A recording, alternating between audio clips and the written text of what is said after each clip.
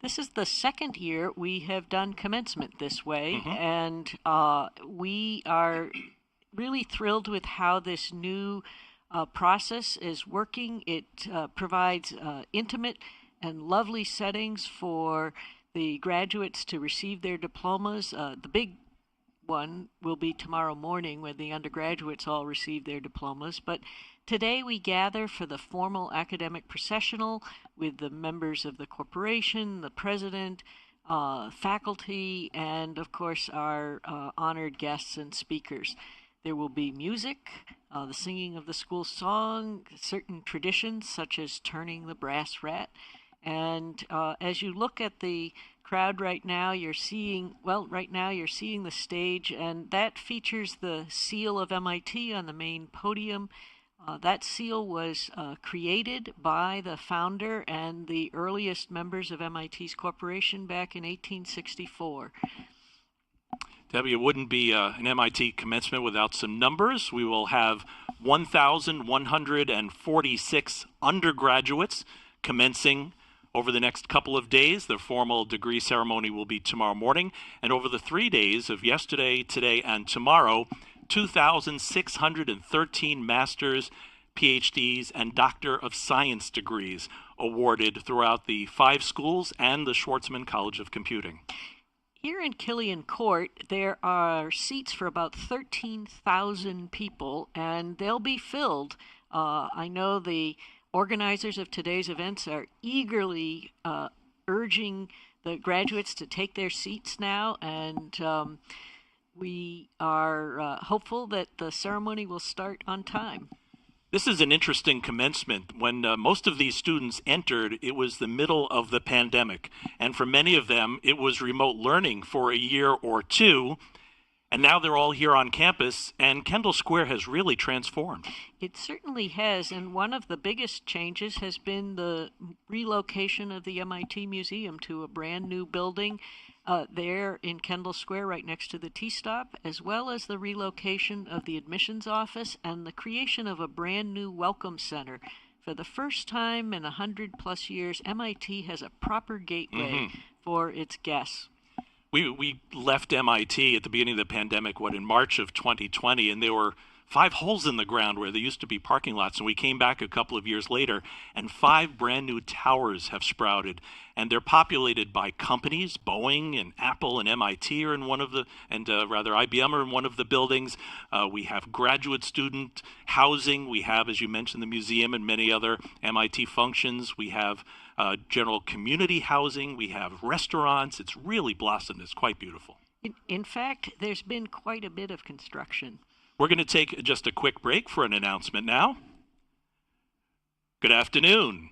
As we await the Alumni Parade and the procession, please welcome the MIT Police Honor Guard.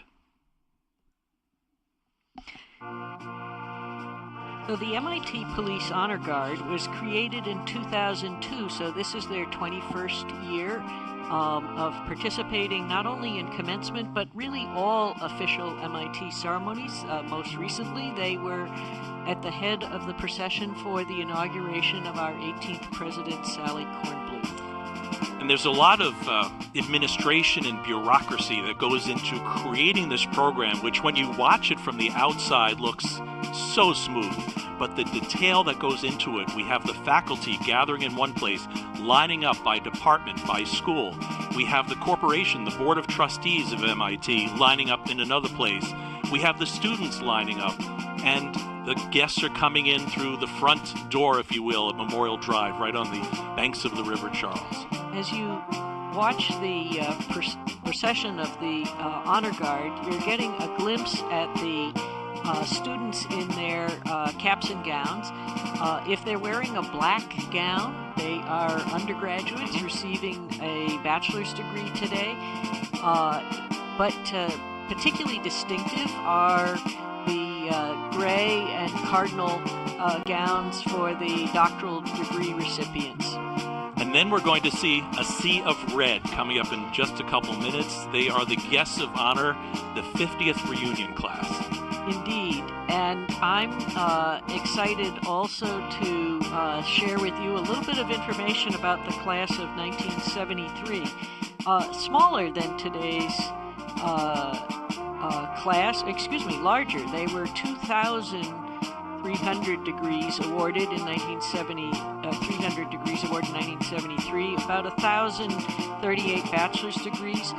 One of the most distinguished degree recipients that day was Shirley Ann Jackson, who was a member of the class of 1969. Dr. Jackson received her PhD, the first woman and black woman to receive a PhD in physics at MIT, and she has become one of the Institute's most notable alumni. And speaking of which, it's time to welcome them. Please welcome the MIT class of 1973, celebrating their 50th reunion. You hear the applause out in the courtyard. They are wearing cardinal jackets. That was a tradition started back in the 1950s.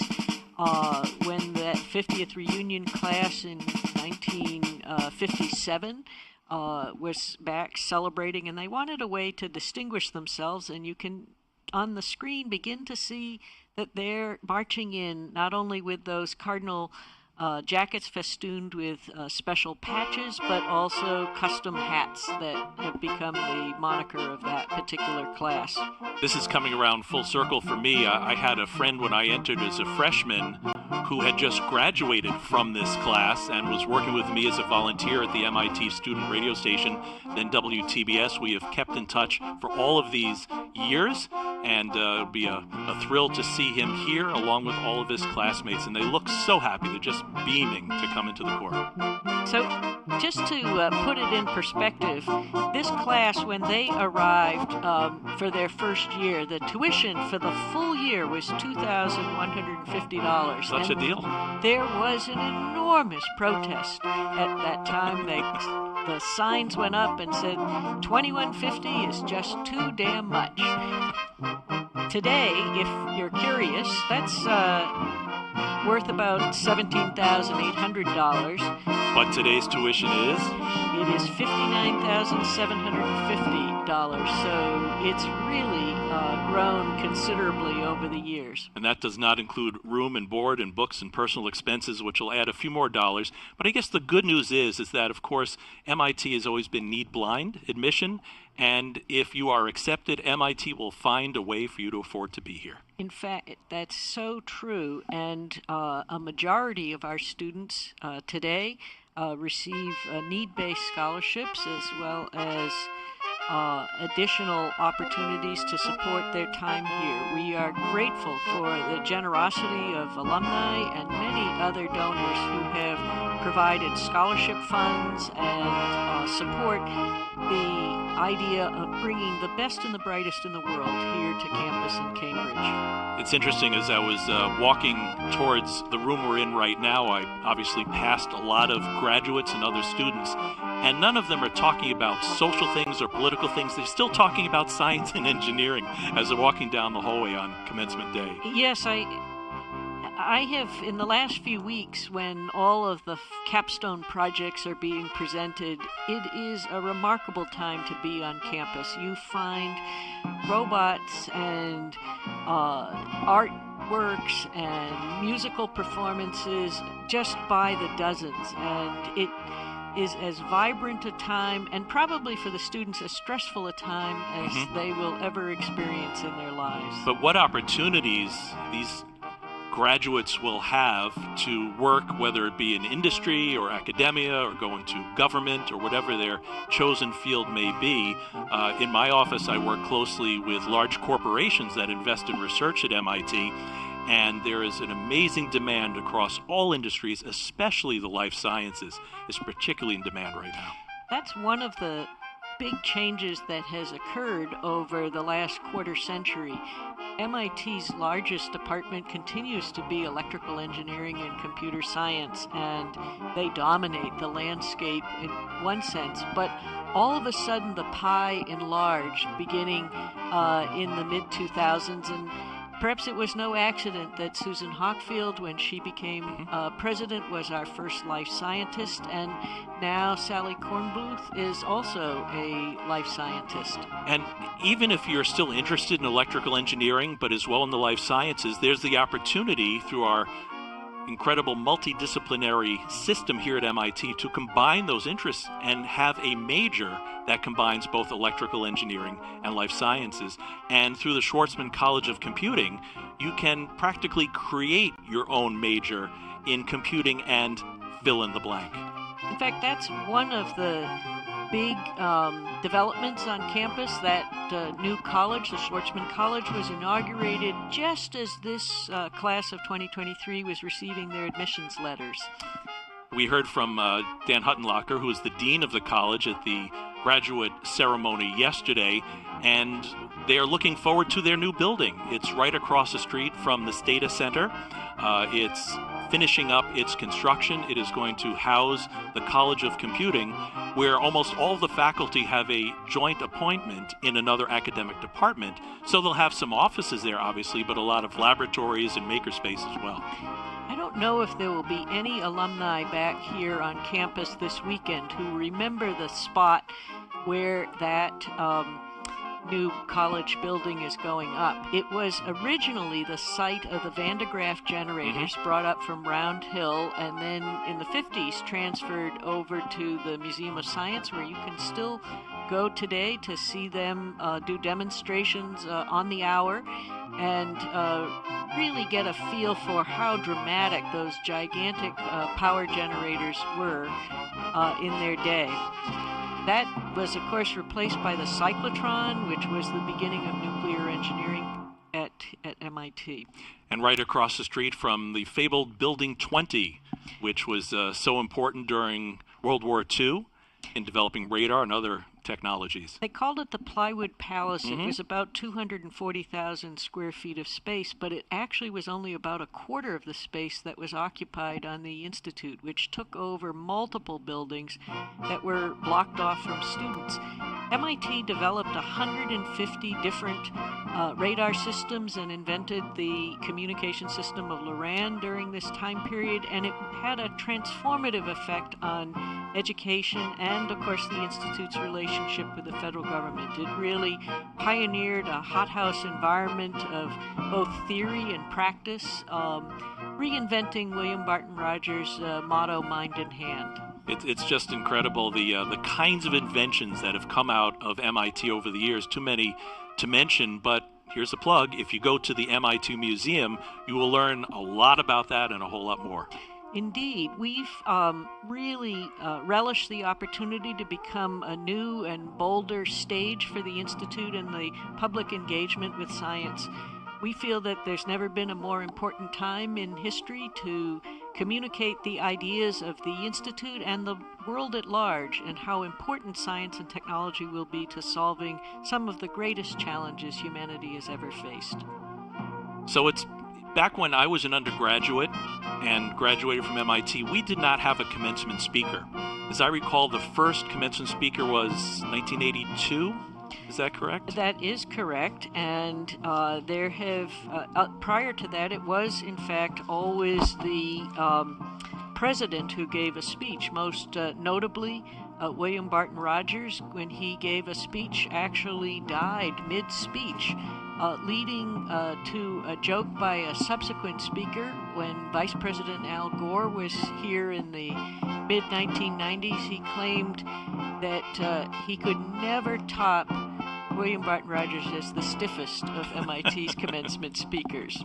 That first commencement speaker, 1982, was Katharine Graham, then chair of the board of directors and CEO of the Washington Post Company, followed by so many luminaries such as Shirley Chisholm, Lee Iacocca from Chrysler Corporation, William Hewitt from Hewlett-Packard, Ken Olson, founder of Digital Equipment Corporation. On and on it goes. Al Gore. President Clinton was Kofi here. Annan, as the Secretary General of the United Nations, was here. We've had the administrators of NASA, presidents of corporations ranging from Hewlett-Packard and on. I think, though, one of my favorites was 1999, and that was when Ray and Tom Magliatti, the hosts of the National Public Radio series Car Talk, gave their speech. And it was as funny as those men were on the air during many years. And I think the most inspirational for me was during the special ceremony last year to recognize those who could not come to graduation in 20 and 21. And it was Kealoha Wang, who was an MIT alum from the late 90s, I believe, from Hawaii. And he transitioned from being a nuclear engineer to a poet laureate. It is an incredibly inspiring talk.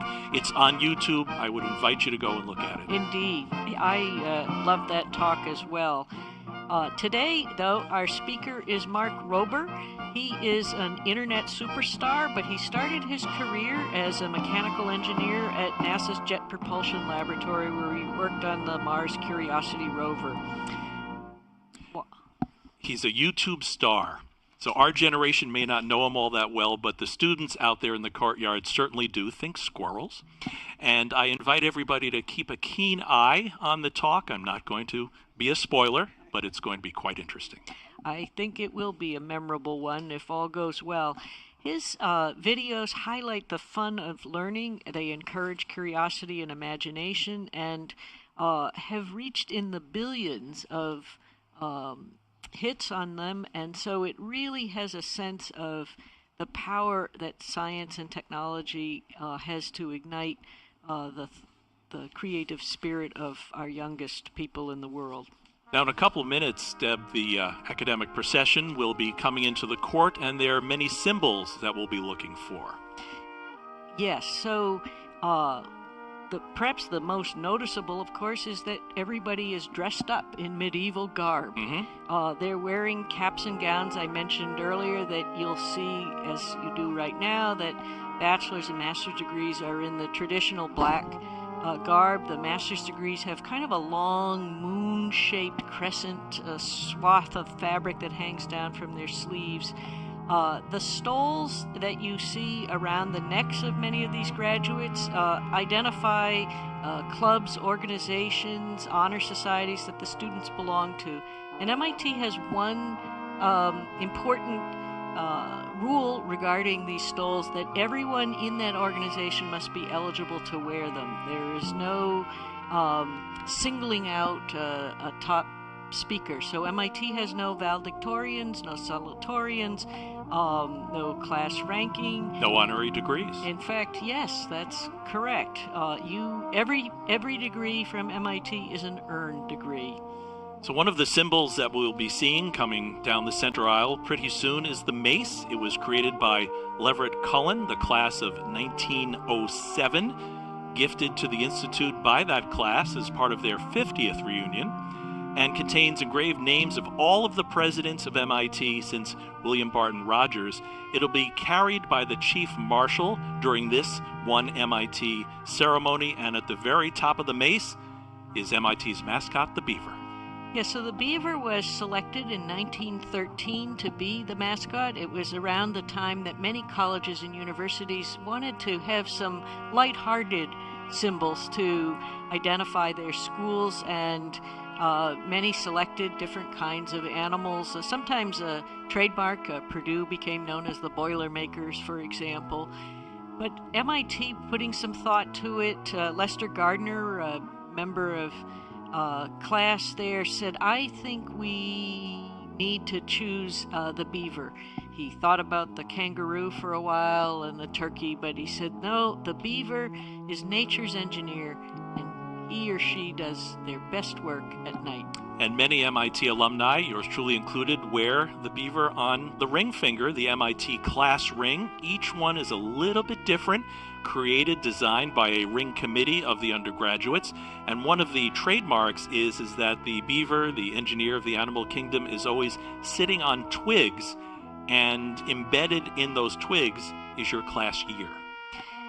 The ring was another tradition that was established in the late 1920s. A group in 1929 got together and said, we want a ring, but we don't want it to be like any other college ring, which is traditionally a gold or silver ring set with a large stone and perhaps the name of the institution and year. And so they considered many different designs, but settled on one that featured a square bezel. And then the debate was, is it the dome, which is really become the symbol of MIT, or the beaver? And after much discussion and debate, they put the beaver on top and the dome on the side. Two different views of the dome, one on either side. Right. That dome, by the way, was part of the design of William Wells Bosworth. When this campus was opened in 1916, he was an architect from the class of 1896, so therefore trained in Boston. Many of our viewers may not know that MIT spent its first 50 years in Copley Square in Boston, and only in 1916 did they move across the river to the campus that we presently enjoy and take advantage of. One of the other symbols that will be coming down the center aisle in a couple of minutes is the Shepherd's Staff. It is carved from black walnut, and it's carried by the outgoing chairperson of the MIT faculty, who this year is Professor Lily Tsai of political science, and has gifted a new Shepherd's Staff, replacing the one given by outgoing faculty chair Hartley Rogers Jr. way back in 1973. So as chair of the faculty, she will carry the staff in this OneMIT procession, symbolizing her leadership of the faculty. The staff was a creation of Professor Brandon Clifford of the Department of Architecture. He is a noted American designer and sculptor, and it's full of symbolism with celestial bodies, and the angles of it are too complicated for me to explain. I encourage you to go to the commencement website and read the exact details about how the angle of noon and the angle of the crook are precisely aligned. It's science.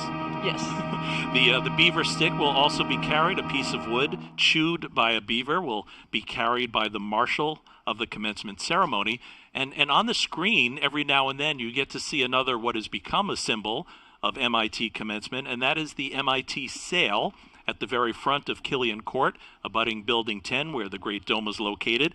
It was originally designed by the chair of the faculty, who designed sails for sailing competitions to properly capture the wind on Killian Court. But more importantly, it shades the faculty and the other invited guests up on the stage. It keeps the diplomas dry in case of poor weather, which we're having sunny but not rainy weather today.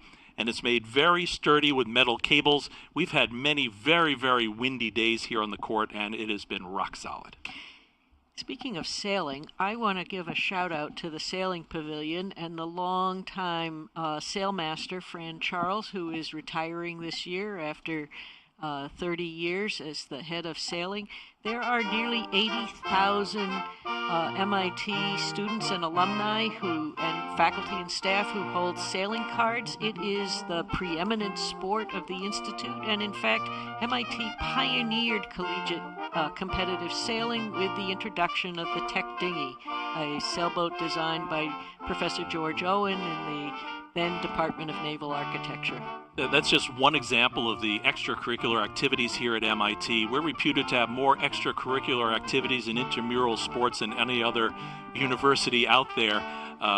Just too many to count. I participated in many, my friends participated in many others, and it was such a welcome diversion from the need to study and sleep and eat here at MIT, and has really made for lifetime friends. If you catch in the screen, just passed out on the right side, you'll see a banner with the numbers 2 and 3 on them. That is the class's official banner that will be carried at all reunion events here on out. And they are different colors and stripes and shades, but we look forward to, we have some of the oldest class banners in our collection at the museum. So we mentioned our newly inaugurated president, Sally Kornbluth, who was officially inaugurated about a month ago right here on this court, but has been in office since the first of the year, recently appointed as the 18th president of MIT, our second woman president, a cell biologist, and came to us from Duke University, where for a decade she oversaw the institution's teaching and research missions as the provost, developed its intellectual priorities, and really improved the faculty and student experience. Was really an overwhelming choice to be our new president. In fact, Diane Green shared this insight with the students of STS 050, the History of MIT class that I teach each spring. She said it was in fact a unanimous choice of the committee. She, I like to point out, was didn't start life as a scientist, but actually as a humanities or a social science major at Williams College, and then discovered biology her senior year. So I understand that President Kornbluth over the last couple of months has done a listening tour here on campus to meet the faculty, the staff, the students, and will soon be embarking around the world to meet affiliates and alumni to really become entrenched in MIT knowledge and tradition to help lead her strategy for the years to come. In her inaugural address last month, one of the points that she stressed was that for her presidency, she felt the challenge of climate change was the urgent existential challenge of our times, and that she hoped to lead the Institute in what she called a rad lab-like effort to address these problems from all perspectives, whether you focused in the humanities and social sciences, the arts, architecture, planning, that you would in fact be engaged in helping think about these great challenges before us. And it would be remiss of us to not give a tip of the hat to retiring President Raphael Reif, who served as the 17th president of MIT from July 2012 to December 2022. He came up through the ranks through electrical engineering and computer science, and he led MIT's pioneering efforts in many, many different, very important areas, such as redefining the future of higher education through online learning. He led MIT through the pandemic, many other challenges, really committed to advancing diversity, equity, and inclusion. He launched initiatives to foster breakthrough research and pilot high-impact solutions to address the urgent challenges of climate change. And of course, as we just said, that mission will be continued and enhanced by President Kornbluth. In the procession, one of the first groups that you see and first individuals that you will see accompanying our speaker is the chair of the corporation, Diane Green. Diane Green earned her master's degree in 1978, and she specialized in naval architecture.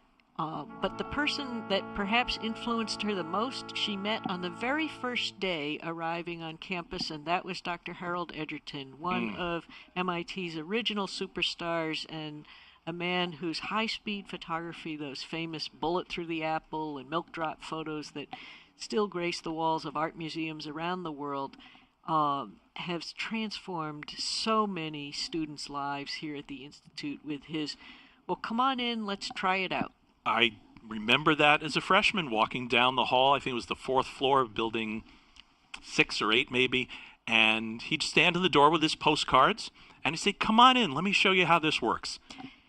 So we, and the Edgerton Center, of course, continues to this day as one of preeminent interdisciplinary centers here at the Institute. But the corporation that Green leads is MIT's governing body. We were incorporated by the Commonwealth of Massachusetts in April of 1861. It took us a few years to get started because 2 days after the incorporation was signed by the governor, it became, the Civil War broke out with the firing on Fort Sumter in South Carolina, and we're going to pause now for a quick announcement.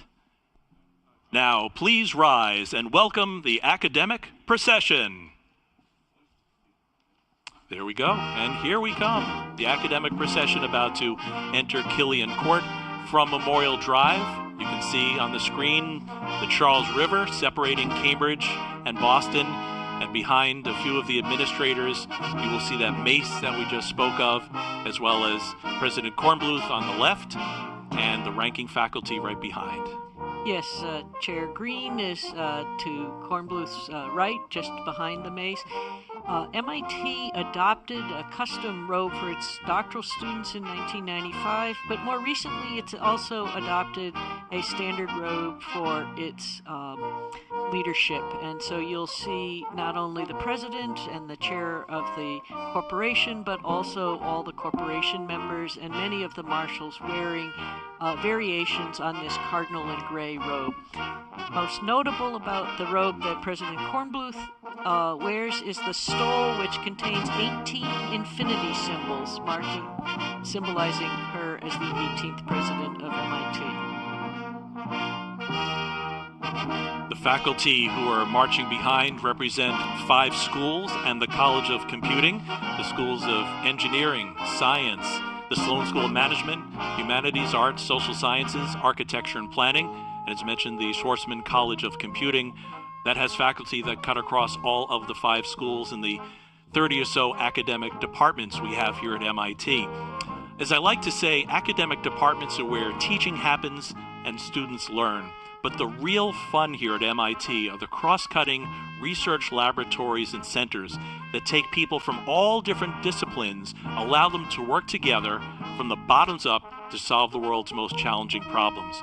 For example, one of the largest is MITI, the MIT Energy Initiative, which has, I believe, close to 200 faculty and researchers who work in various aspects of energy from all over MIT. Some of our research centers have just 2, 3, or 4 faculty, and they tend to come and go as the need arises. And that's really one of the beauties of MIT, is that we have the ability to bring together these people to work on these problems to challenge the students. Because when MIT students come here to enter, they want to solve problems that nobody has solved before. It's not a lot of fun to solve problems that other people have already solved. One of the things that young students often, or new students are often entranced by is the different colors that you're seeing on the robes, and those represent different academic institutions as well as the degrees that are awarded.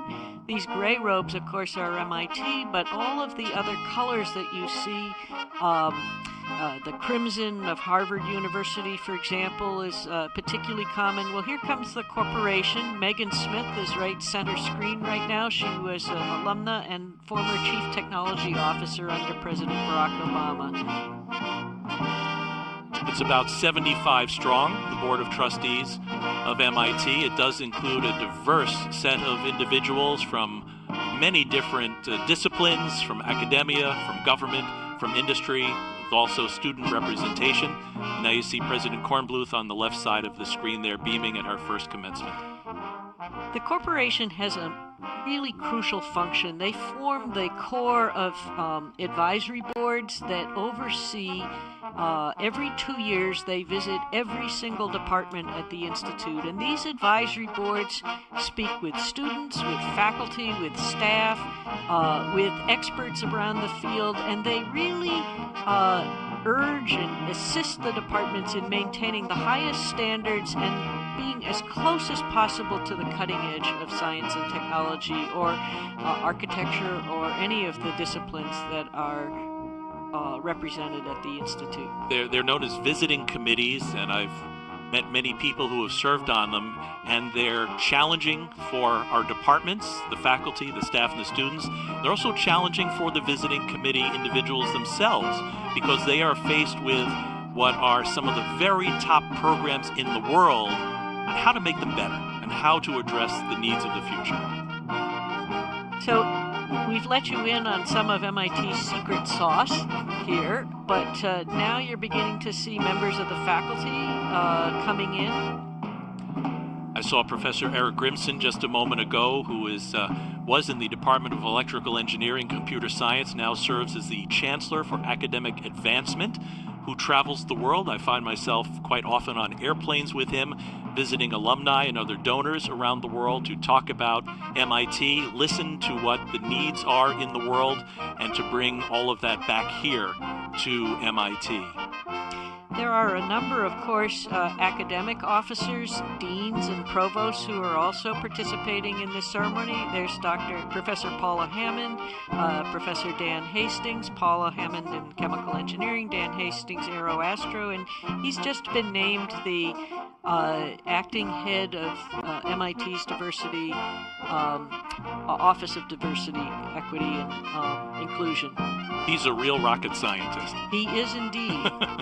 A fabulous guy leading the Aeronautics and Astronautics Department for a number of years. And before that, he served, I believe, for 5 years as the director of SMART, the Singapore MIT Alliance for Research and Technology, located in the country of Singapore, where MIT has a robust research collaboration with two of the key universities there and exchange faculty and students for the benefit of all.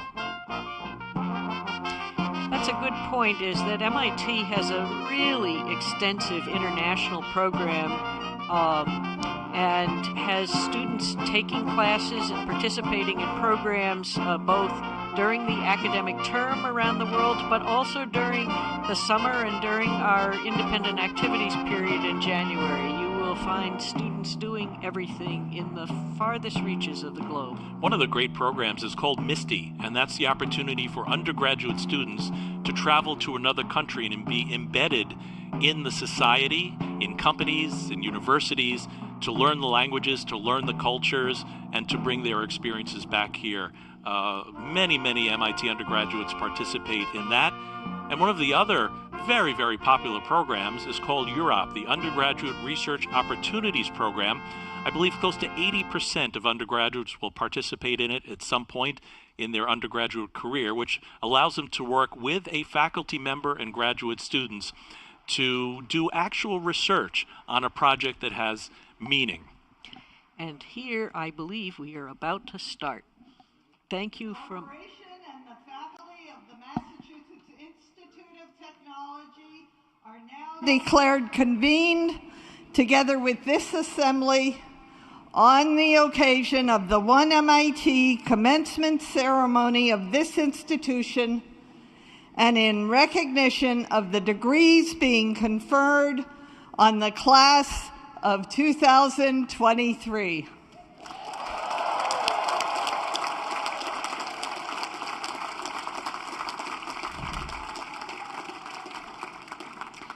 If the stage, assembly, and audience will please remain standing, we'll have the invocation by Reverend Thea Keith Lucas, chaplain to the Institute, and join the chorallaries of MIT in the singing of one verse of the Star-Spangled Banner.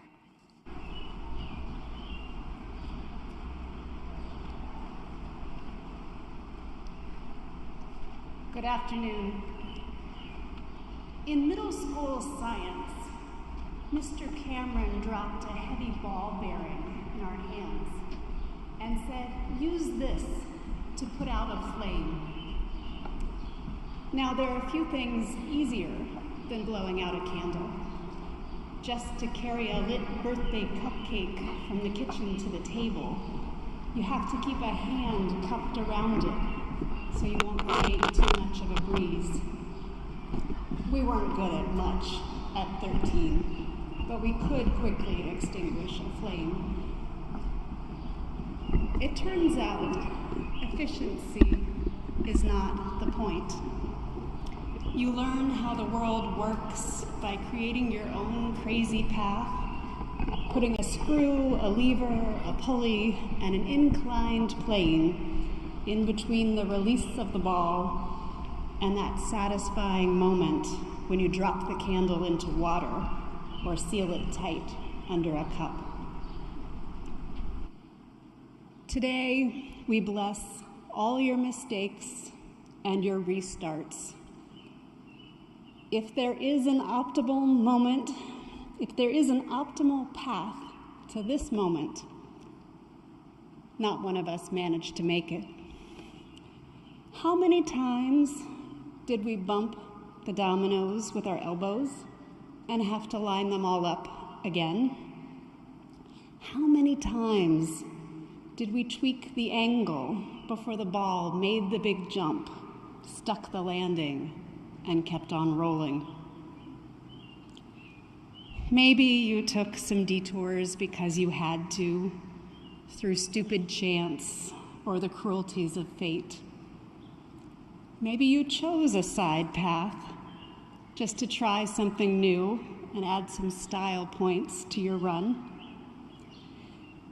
We all have days when we stick the pieces back together with a bit of wire and duct tape and wonder whether we will land on our feet this time. On the way, we learn how to roll through the gravity of sorrow, to break the inertia of old assumptions, and ride the surprising momentum of hope. Now, you step up to the starting ramp, waiting for the signal. We lean in, eager for you to surprise us all over again.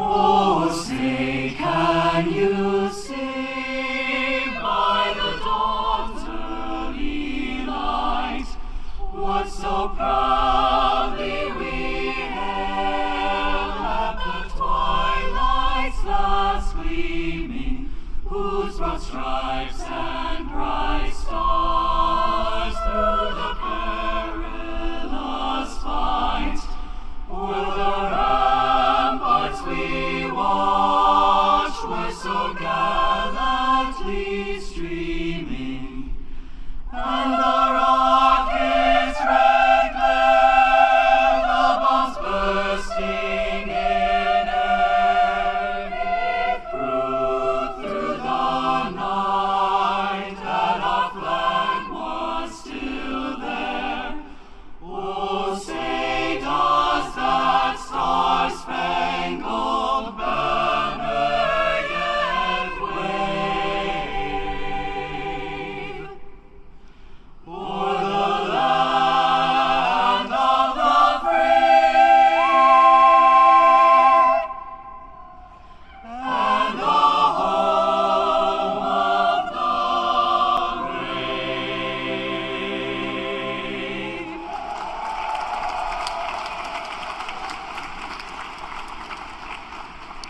Wonderful. Please be seated. Welcome to the start of today's ceremony celebrating MIT's awesome class of 2023. And a warm welcome to our graduates' families, their friends, our faculty, our MIT alums, President Sally Kornbluth and her administration, and our commencement speaker, Mark Rober.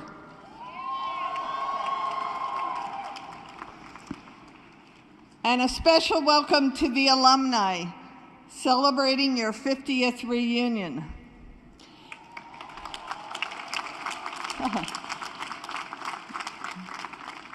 You honor MIT with your distinguished red jackets. Going back in time, I'm sure you remember 50 years ago, it was the end of the Vietnam War, the launch of the United States' first space station, Skylab.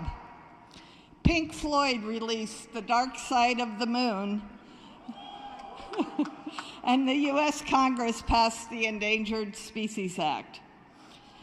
MIT class of 1973, a special welcome to today's 2023 OneMIT Commencement Ceremony.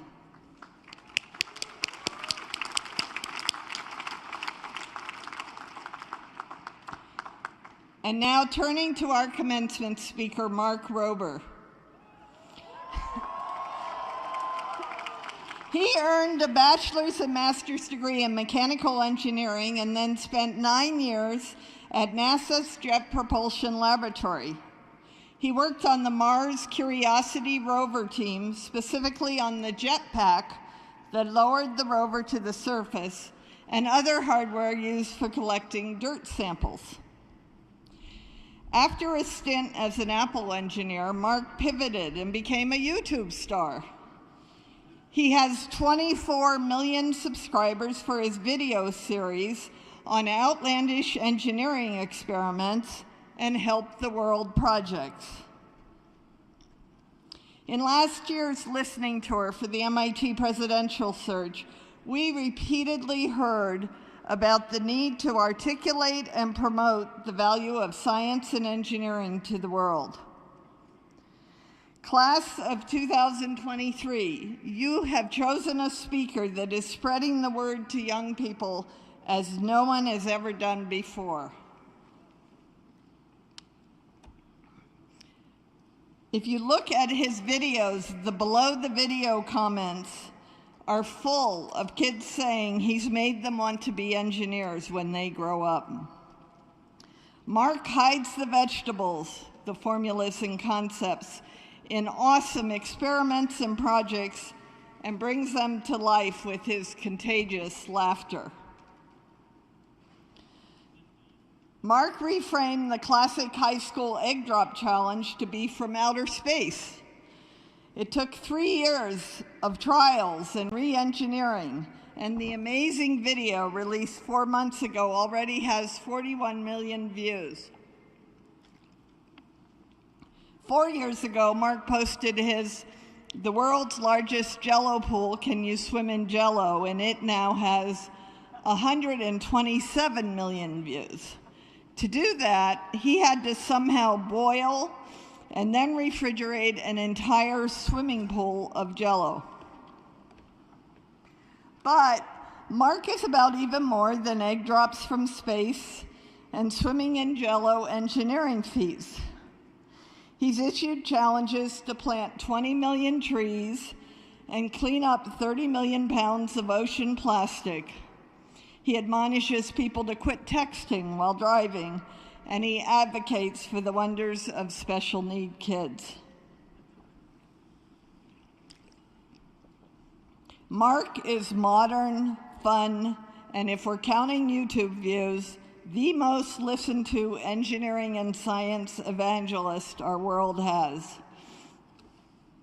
A true force for good in the world, please give a warm welcome to Mark Rober.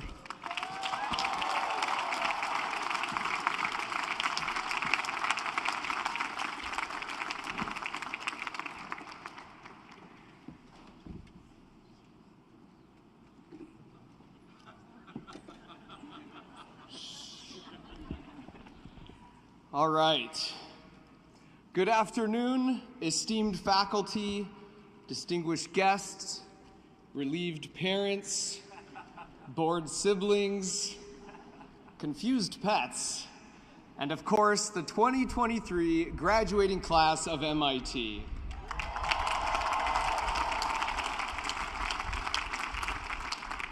It is indeed a warm welcome. It's hot. And you know what I love to do on a beautiful, sunny, 95-degree summer day? Wear a big black blanket. At least I'm up here in the shade. You'd think the best engineering school on the planet could design a bigger awning for everyone.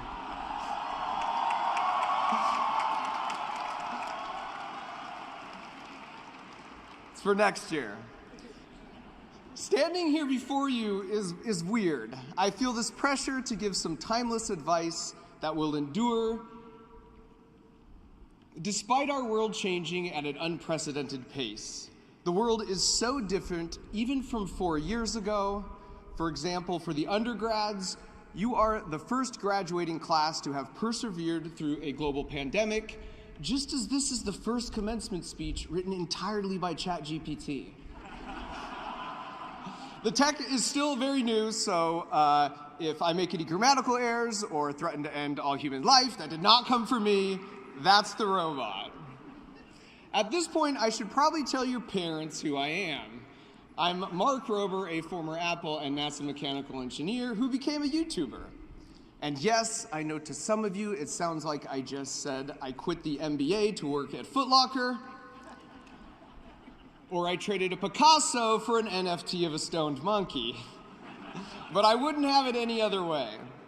I sort of feel at home here because Buzz Aldrin went to MIT, and just like me, Buzz was a NASA engineer, only Buzz stuck with it and became one of the first humans to set foot on the moon, whereas I quit to become the first human to sprinkle porch pirates with glitter and fart spray. It's on YouTube. Your kids will explain it at dinner. But whether it's seeking karmic justice for package thieves or building an obstacle course for squirrels in my backyard, I plan my monthly YouTube videos really far out in advance. In fact, I've already decided what my June 2053 video will be, and it's going to be a collab with all of you. It's going to be a retrospective look at all the amazing things this MIT graduating class of 2023 has accomplished. In fact, this right now is the video intro. So if you've ever wanted to be in one of my videos, this is your chance. Now, will YouTube still be around in 30 years? Hopefully, unless Elon buys it. But here's the thing, the degree to which you positively impact the world is the degree to which you'll be featured in the video. So in order to increase your chances of making the cut, I want to give you 3 pieces of advice based off my life experience. The first bit of advice is to moisturize when giving a commencement speech, is to embrace naive optimism. What do I mean by naive optimism? Actually, before I go any further, usually in my YouTube videos, when I get to like the juicy part, I'm not really used to this public speaking thing, so the music kicks in. So if you'll just give me a moment and hit this button, trust me, this is gonna be better for both of us. Here we go. Right here, let's see. There we go. All right, that's better. Okay, what do I mean by naive optimism? Naive optimism means it's easier to be optimistic about your future when you're sort of naive about what lies ahead, when you don't know what you don't know. As an example, think back on the first week at MIT, how naive you were about the number of all-nighters and cans of Red Bull that would be required to be sitting where you are right now. In fact, you guys drank so much caffeine, I'm surprised you're even sitting at all. If you truly understood what would be required, that discouragement might have prevented you from even starting. Sometimes it's an advantage not to be the expert with all the experience. There's no reputational risk, so it's easier to try new things and approach them from a fresh, first principles approach. Naive optimism can also help when faced with a big life decision, when you feel like you want to know the results before you decide, but the true outcome is simply unknowable. Naive optimism means you have the irrational confidence of a child learning to walk or a mom learning to TikTok. And you pick what you think is the best path and just move forward, knowing there's more than one trail that leads to the top of Mount Fuji. It's okay that you don't know exactly what you want to be doing 20 years from now or what you want to have accomplished. And by the way, even if you do know, it doesn't matter because you're wrong. Anyone who tells you they knew they'd be where they're at 20 years ago is either lying or delusional or a time traveler or Pat Sajak. Life is like trying to cross a big flowing river with lots of rocks and boulders strewn about. If you want to cross the river, you have to start on the bank and look at the first several rocks in front of you. You can wiggle them with your toe and sort of scan a few boulders out, but at some point, you've just got to pick one and jump because the river is dynamic and always changing. If the first rock in this metaphor is a hobby, let curiosity and passion guide your initial step. If the first rock represents your professional career, take curiosity and passion into account, but you should also weigh what you're good at and what the world needs, even if the world might not know they need it yet. Whichever one you'd pick, the real secret is to dominate it. Obsessively study it from every angle. Master it. Now, from your position of more secure footing, you can reevaluate the river, and you'll find you've got a few more rocks available that you couldn't even see from where you started, so you could continue on your journey. Instead of putting the pressure on myself to create some master life plan, this attitude of naive optimism combined with dedication, enthusiasm, and the willingness to jump from my current safe rock to the next is what I feel has led me from college to NASA to YouTube to eventually landing on this rock of giving the commencement speech at MIT. There's no way I could have predicted that path when I was exactly in your shoes 20 years ago. So cross your river one rock at a time, but do it with the naive optimism that it's all going to work out. Let that be your North Star. If you actually knew how cold the river can get or how long it takes to recover from a sprained ankle if you slipped, your knowledge might get in the way. So have faith in yourself. You're about to get a degree from MIT, so you've obviously made some pretty great decisions so far. So embrace your inexperience and keep taking leaps forward. And apologies to all the civil engineering majors who have been grumbling, sitting there, saying, if he wants to cross this river so bad, why does he just build a suspension bridge? Because it's my metaphor, all right? Back off. And now for some real talk. You're going to take that leap of faith, land on a rock, and only then realize it's not as stable as your foot wiggle had predicted, and you're going to fall into the river sometimes. That leads to my second of 3 pieces of advice to maximize your chance of positively impacting the world and making the video cut, which is to frame your failures. You can tell it's the juicy part because the music's back. To illustrate what I mean by this, I asked 50,000 of my YouTube followers that subscribe to my channel to play a simple computer programming puzzle that I made. But what they didn't know is that I had served up 2 slightly different versions of the puzzle. In one, if you failed the puzzle, you didn't lose any of your starting 200 points, and you were prompted to try again. Whereas in the other, if you didn't succeed, you were also prompted to try again, but I said I was taking away 5 of those starting 200 points. That was the only difference. And even though they were no value in the real world, no one will ever see these completely fake, meaningless internet points, those who didn't lose those points attempted to solve the puzzle 2.5 times more and saw success 16% more of the time. And because 50,000 people took the test, those results are super statistically significant. Basically, those who didn't frame losing in a negative light, stuck with it for longer, saw more success, and learned more. And I think a great example of this in real life is video games. When Super Mario Bros. First came out, my friends and I became obsessed with making it to the castle and rescuing Princess Peach from the evil Bowser. Water break. We'd get to school and ask each other, dude, what level did you make it to? Did you pass the game? We never asked each other for details on all the different ways we might have died. This was before Call of Duty. When it comes to video games like this, no one ever picks up the controller for the first time, falls in the pit right away and thinks, I'm so ashamed. That was such a failure. I'm never doing this again. How am I going to break it to Luigi? I murdered his brother. What really happens is you think, okay, I got to remember there's a pit there. Next time, I'm going to come at it with a bit more speed. The focus and obsession is about beating the game, not how dumb you might look if you get hit by a sliding green shell. And as a direct result of that attitude, of learning from but not being focused on the failures, we got really good and learned a ton in a very short amount of time. And in my personal and work life, I've dealt with my share of sliding green shells. I still feel like every video we make each month, there's a moment where it seems everything that can go wrong has gone wrong. And those failures can be gut-wrenching, and they can sting real bad. But they sting like missing that one key Mario long jump right at the end of level 8-1. And then right after that, really quickly it turns in, okay, what did we just learn from that? What should we try differently from next time? And this concept of life gamification is more than just have a positive attitude or never give up, because those imply you have to fight against your true desire to quit. And I feel like when you frame a challenge or a learning process in this way, you actually want to do it. It feels natural to ignore the failure and try again. In the same way a toddler will want to keep trying to stand up, or in the same way you want to keep playing Super Mario Bros., or in the same way half the people who attempted my coding puzzle had a desire to stick with it 2.5 times longer.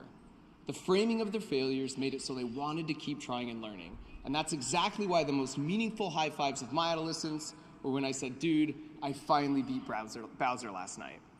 Probably goes without saying, but girls didn't talk to me till I was much older. And in case you're like, yeah, but my real life would just be so much better if my top 5 challenges disappear. Would it? I'd like to point out that if Super Mario Brothers was just jumping over one pit and then you rescued Princess Peach, no one would play it. Where's the risk and the reward? Where's the challenge? There's no ultimate feeling of satisfaction. The degree you're getting today means so much to you precisely because of all the struggle and setbacks that you've had to endure. So if you want to cross the river of life, you're gonna get wet, you're gonna have to backtrack, and that's not a bug, that's a feature. Frame those failures and slips like a video game, and not only will you learn more and do it faster, but it will make all the successful jumps along the way that much sweeter. All right, now I've got some good news, which is that you're not crossing the river alone. For my third and final bit of advice is to foster your relationships. Nice. A sad truth about getting older is life gets busier and busier, and it gets harder and harder to make really close friends like you did here at school. And this isn't great, because we evolved to be social, cooperative creatures, right? Like 50,000 years ago, conditions were much harsher. So those who were more inclined to cooperate with their fellow humans were also much more likely to succeed and pass on those cooperation genes. So we've inherited these brains designed for social interaction, and we are hardwired to cooperate with other people. And look, I don't blame you if you want to cast aside advice from a guy who makes a living trying to outwit squirrels, but I wouldn't recommend doing that to 6 million years of evolutionary programming. Because in today's society, it's really convenient just to isolate yourself. You can attend the board meeting from your kitchen table, you can order food in the shower, you can bank on the toilet, you can even look for a new apartment without leaving your apartment. It's easier to stay anonymous in our big cities versus the small tribes of our ancestors where everyone knew each other, which means we've got to actively work at fostering meaningful relationships. And because I know this can be harder for some more than others, here's a life hack I've found that really helps. Confirmation bias is when your brain ignores evidence that doesn't support your beliefs, and then it cherry picks the evidence that does. And generally, when people hear this term, they think it's a broken, unscientific way for our brains to approach the world. And this is true, but you could sort of judo flip it to your advantage. The trick is to positively apply confirmation bias to your relationships. If you assume good intentions on the part of your friends and family, and you tell yourself you're lucky to have them, your brain will naturally work to find evidence to support that. That's just how our brains work. If you tell yourself that your fellow humans are inherently good, your brain will find examples of it everywhere, and that will reinforce your outlook. The opposite, unfortunately, is also true. Basically, whether you think the world and everyone in it is out to hurt you or help you, you're right. Studies have shown that the best predictor of divorce is if the couple assumes bad intentions in their partner's actions, or if you marry Kanye. But if you get it in your head that your partner is selfish or inconsiderate or willfully refusing to take out the garbage, that creates a negative feedback loop of confirmation bias, seeking to find further evidence that your spouse is a jerk, even when good faith efforts are being made.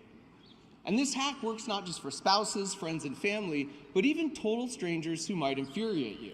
And look, I agree with you. They're wrong.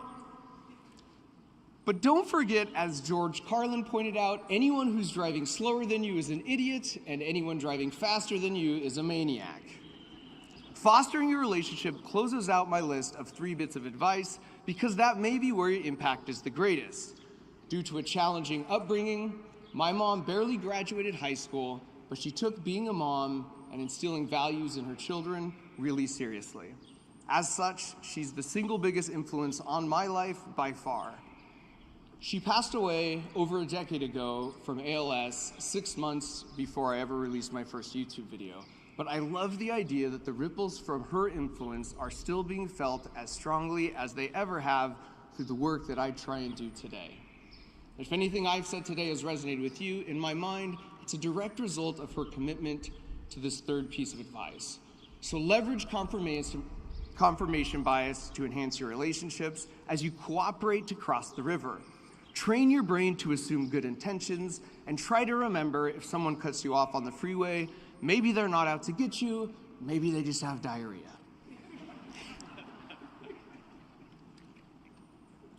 Now, for piece of advice number 4, engage in occasional playful anarchy. But Mark, you told us you were only going to give us 3 pieces of advice. Boom! Here's a 4th, because why not? I am playing music in a commencement speech because why not? Is not ending your speech with pump-up music just objectively better? Or like how these graduation robes and hats are just objectively silly. Why shouldn't I take my own 4th piece of advice right now and engage in some playful anarchy? Anybody can toss their hat in the air. We see it at every graduation, but few have dared to make it actually fly.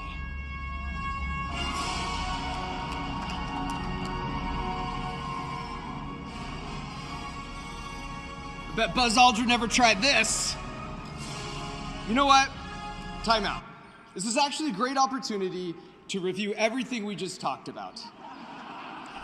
To my first point, I will embrace my naive optimism that my hat will actually get airborne.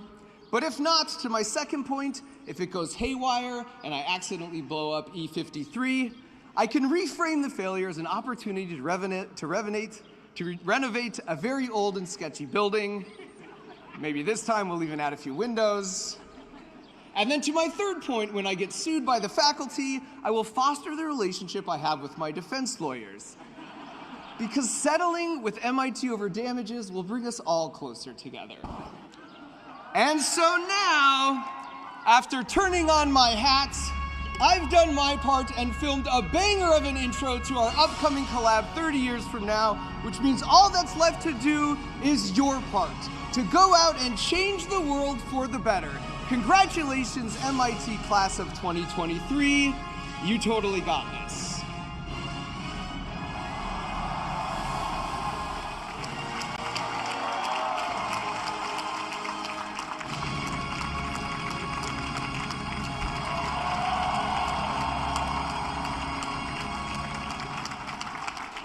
Thank you.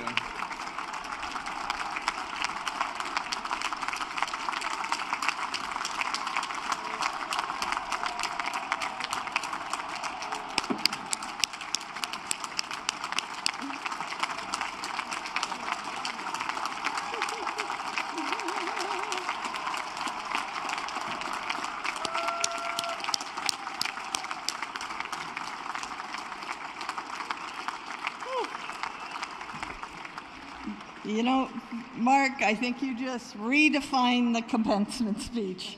That was fantastic. Hey, everybody, keep drinking your water. And now I want to introduce Mr. Adam Joseph Miller, President of the Graduate Student Council, and he'll give a salute from the graduate student body. Following this, Miss Anna Sun, President of the Undergraduate Class of 2023, will offer a salute, after which President Sally Kornbluth will deliver her charge to the graduates.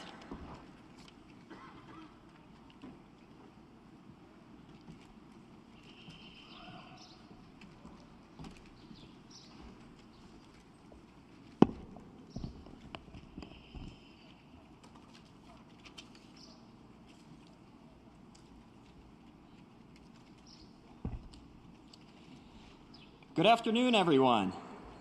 I'm AJ Miller, President of the Graduate Student Council, and it is my honor to represent our graduate student body and salute the achievements of MIT's graduating class of 2023. Today marks a celebration of an accomplishment many years in the making and appreciation for everyone who made that accomplishment possible along the way. It is a time to think back and a time to dream ahead. This degree carries many things with it. It is the culmination of many years of hard work, resilience in the face of adversity, and high excellence in your field. It also carries with it the legacy and values of the institution that we as alums must now uphold. The hunger for curiosity, the expectation of high standards, the courage to try bold new ideas and be wrong, and the humility to know that there is always so much more to learn. We go forth into a world facing very real and very big challenges. Artificial intelligence is fuel for rising inequality. Misinformation drives divide in a globally connected society. And climate change threatens the very existence of the world as we know it. We're a generation stepping into the unknown because the world is changing ever faster and the status quo is no longer good enough. I say that all, not for us to be afraid, but to recognize the imperatives we now face. This degree carries the trust and hope of our friends, our families, the staff, the faculty, the institution, and the world. This degree is a privilege we are fortunate to hold, but also a testament to our skills, our values, and our potential. I came to MIT because the future is made here, and we are that future. We are the stewards of what is to come and to make the better world. We stand up for what's right and hold close to what we believe in. We expect the very best of ourselves and cherish our differences.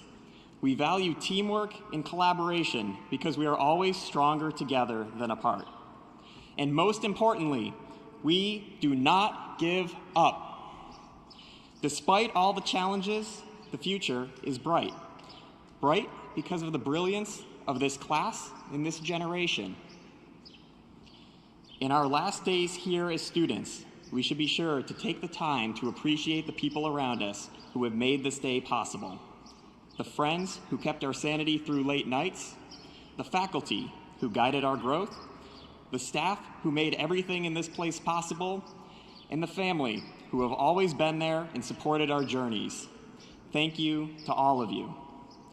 To the class of 2023, while our time as students is fast coming to a close, our future is just beginning. I look forward to everything you all do and to seeing the future we create together. And once again, congratulations.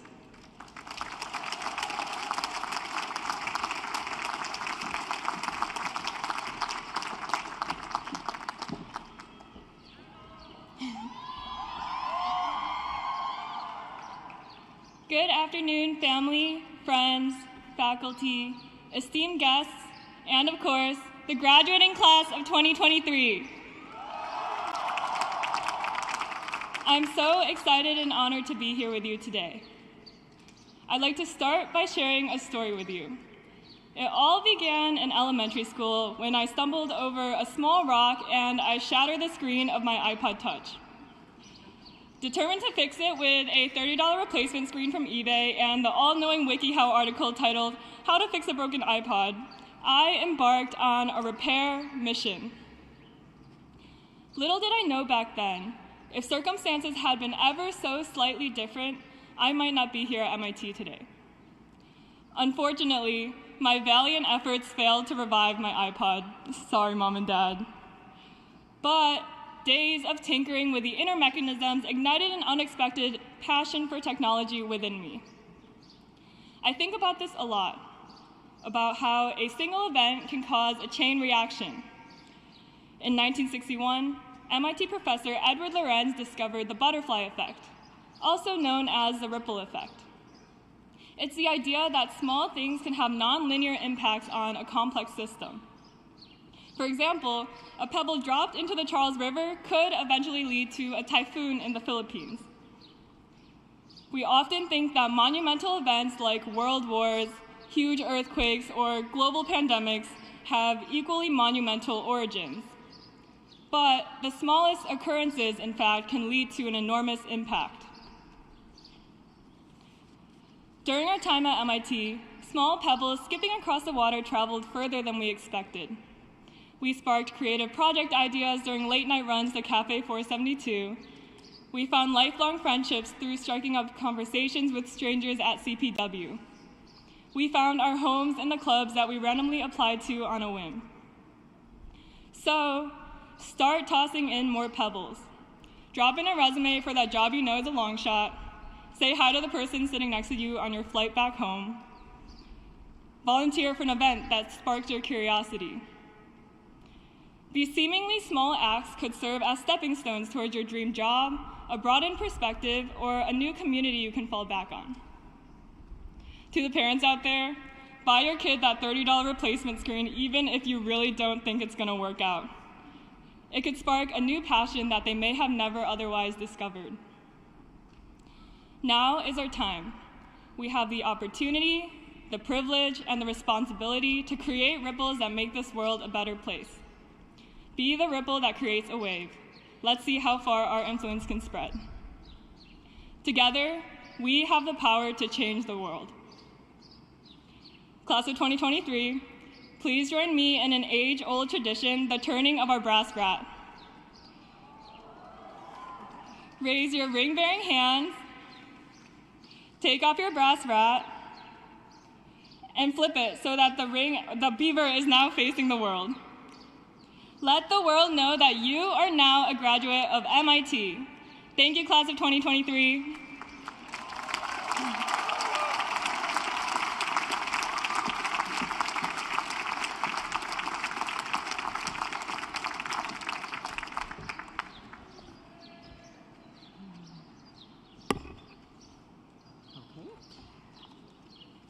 So Anna and AJ, thank you both for your remarks and for your leadership.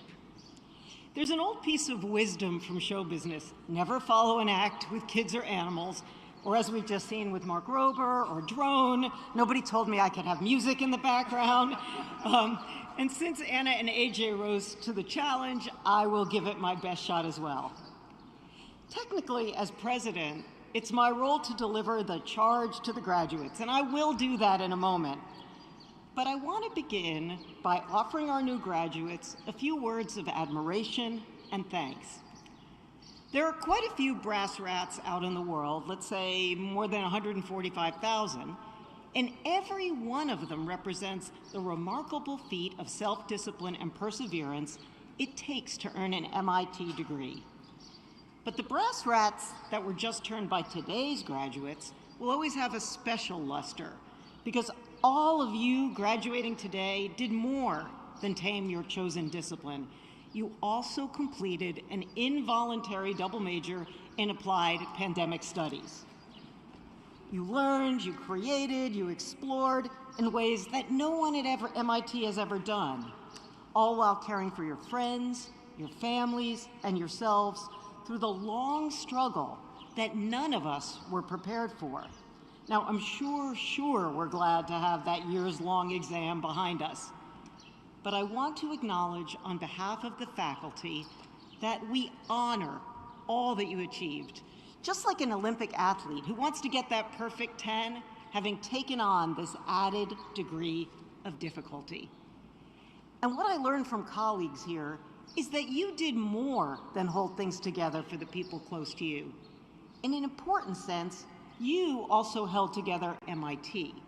Somehow, across thousands of miles and endless hours of Zoom, you kept the cultures, the traditions, and the values of MIT alive and thriving, as if it were that, precious jar of sourdough starter passed on to the next generation. Because of you, the institute that I've inherited is kinder, wiser, nimbler, and more playful. You made sure that the MIT spirit, the spirit that drew you here, would endure. And you found ways to make it even better. And for that, I cannot thank you enough. So since I'm a bit of a newcomer, I can probably deliver the unwelcome news that, given those brass rats, the world will expect a great deal from you. I don't even have one. Yet from the minute I accepted this new position, people have been saying things to me like, so you folks from MIT are going to save us on climate, right? And with such stellar students and faculty and graduates, if anyone can do it, we can. And we sure are going to try. Of course, the world has always expected a lot from MIT graduates, and I think our friends out there in the red jackets would agree with that. As ever, people will expect you to be analytical and practical and fearless and brilliant. And now, also, whatever your field, and no matter how you did on the GIRs, people will expect you to understand everything, from nuclear fusion to cryptocurrency to synthetic biology to artificial intelligence and to be able to explain them like an expert. And by the way, to guard us from all the attendant dangers. To be clear, I hope and I believe that you can do all that and more. But while the world and possibly your parents may be expecting big things from you right away, I want to give you permission for a while to not know, and to try different paths, and to change your mind, especially in this world with new industries, new disciplines, new jobs emerging on every frontier. Mark Rober just described to you crossing the river one wobbly stone at a time. And for me, and probably for many in the audience who are also maybe a couple decades past graduation, hearing Mark talk about changing course midstream brought a sudden memory of being metaphorically soaking wet. Like that time, I lobbied really, really hard to get a vice provost job with big new administrative duties, which I thought would be a crucial step in my career. And the university made a big announcement, and only then did I realize that I was really wrong for the job. And it was wrong for me. And then I had to tell the president that I couldn't take it after all. And that was a big splash, but not the kind you all want to make. Or even the time I had to explain to my parents that although I had just earned my bachelor's degree in political science, the way we'd always discussed, now I'd received a scholarship to go earn a whole new bachelor's degree in biology. They were not unsupportive, but they were really deeply puzzled. There'd never been an academic in my family. Now, with both of these midstream course corrections, I definitely got a little wet. It was kind of awkward at the time, but you know, the world did not come to an end. And if I hadn't changed my mind and taken an alternative route, I probably would not have found my way to this audience today. So now it's time for me to deliver your charge. So I always think the word charge sounds like some kind of grand assignment, which sounds suspiciously like some farewell problem set. So that sounds like a good idea, right? Okay, I didn't think so either. So I want to give you a different kind of charge, a charge as in a source of energy. You know, we've all seen that little warning box in the corner of the screen. Your laptop will sleep soon if it is not plugged into a power source. And I'm sure that every student here has felt that same sensation, deep down and personally, and often without the option to sleep soon. What's more, even without an MIT curriculum to test our limits, we all live surrounded by devices and media and societal forces that tend to drain our batteries and dissipate our energy and our attention.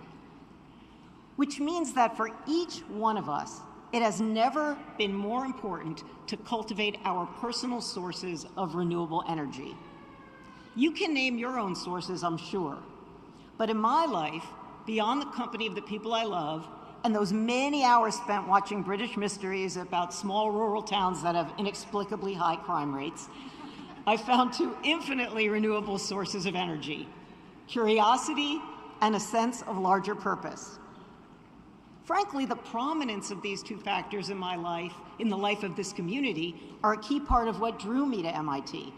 This place runs on curiosity and Duncan, and it never runs dry.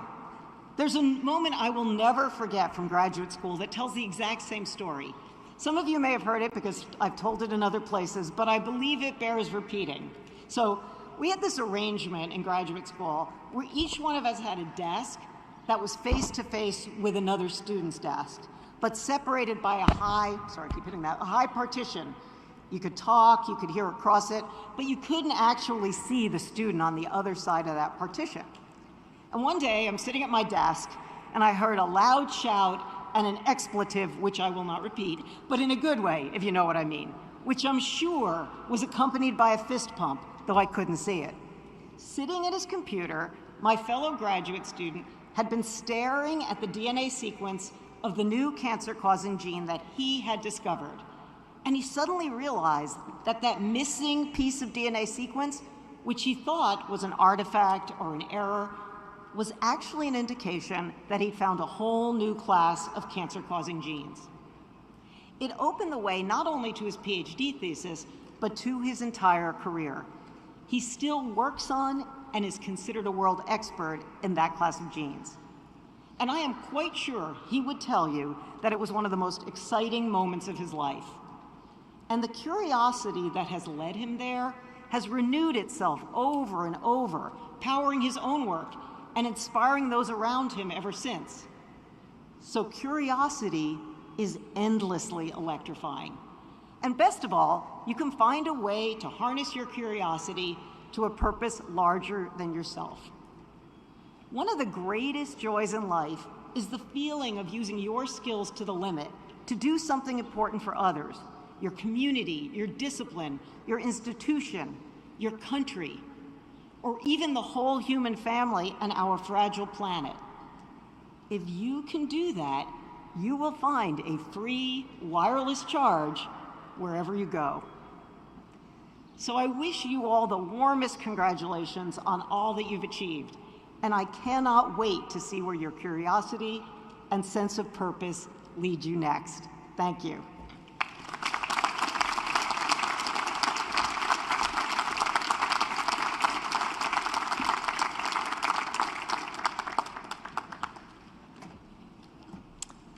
Thank you for those inspiring words, President Kornbluth, and also Mr. Miller and Ms. Sun.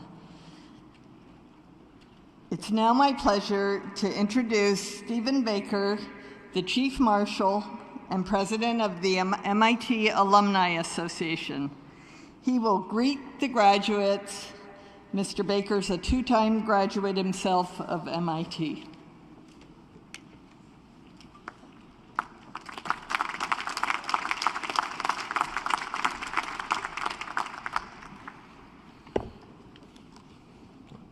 Good afternoon.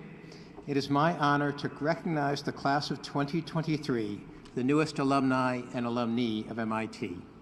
The entire alumni body, 145,000 strong, joins me in congratulating all of the 2023 graduates and officially welcome you into our alumni family, your infinite connection to MIT. Congratulations, and we look forward to seeing you at future alumni events. Stay connected. Thank you.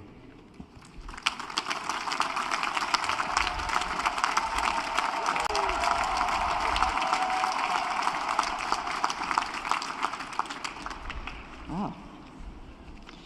That was concise. Thank you.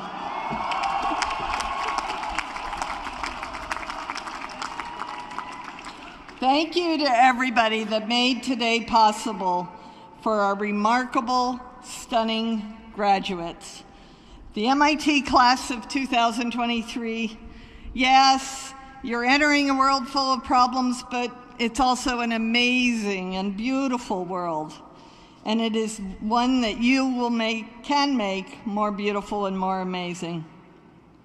On behalf of the MIT Corporation and all of MIT, congratulations, class of 2023.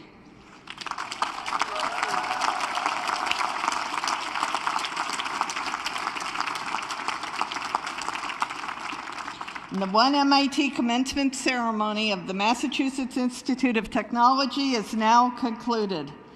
At this time, would everyone please rise and join the chorallaries of MIT in singing the school song, followed by Take Me Back to Tech.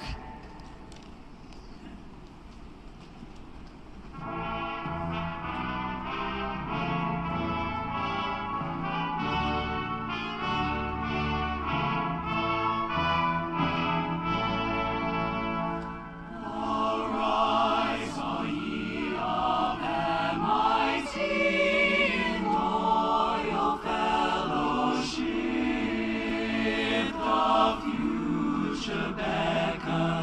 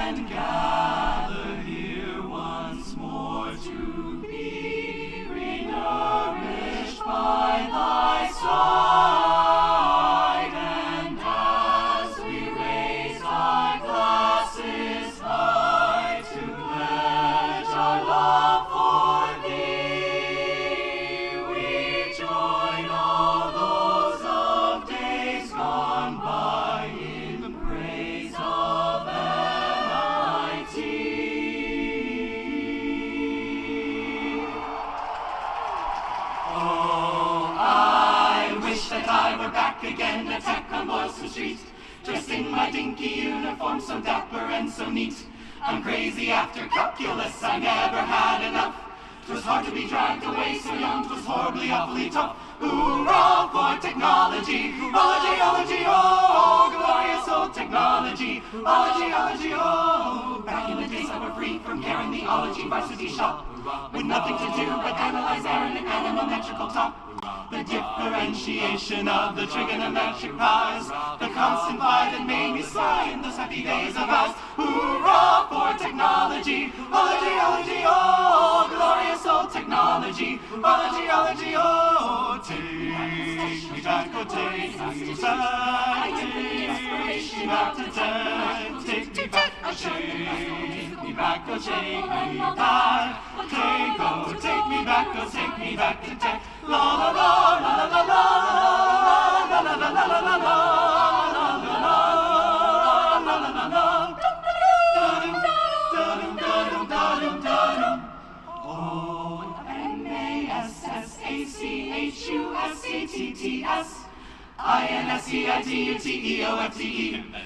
CHNOLOG, and Y comes after G.